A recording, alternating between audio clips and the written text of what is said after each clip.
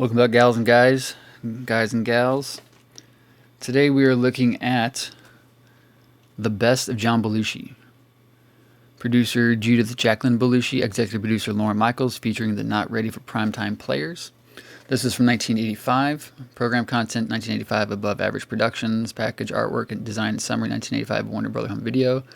Suggested list price higher in Canada. This was $24.98 in 1985 money, so that's like what, $1,000 nowadays with inflation. Color 60 minutes, Warner Home Video comedy. This is literally the first commercially produced VHS that my family owned. This was my father's. So this is the first VHS that was ever purchased by anybody, off of a store shelf in our house, followed by perhaps like Batman and E.T. and a couple others. But this is legitimate, like the first actual VHS I ever remember seeing around the house, which is weird because my dad's not really a movie guy. He's not really the kind of guy that would buy stuff. So maybe this was bought for him and given to him as a gift. I'm not quite sure, but I remember watching this a lot when I was a kid because it's one of the few VHSs we owned for like the longest time in the 80s.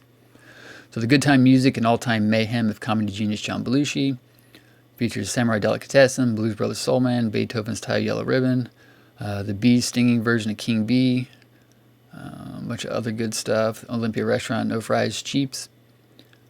So featuring Saturday Night Live, Not Ready for Primetime Players, Dan Aykroyd, Chevy Chase, Jane Curtin, Garrett Morris, Bill Murray, Lorraine Newman, and Gilda Radner. Special guests, Ellie Gould, Buck Henry, Robert Klein, Rob Reiner, and the Blues Brothers bands.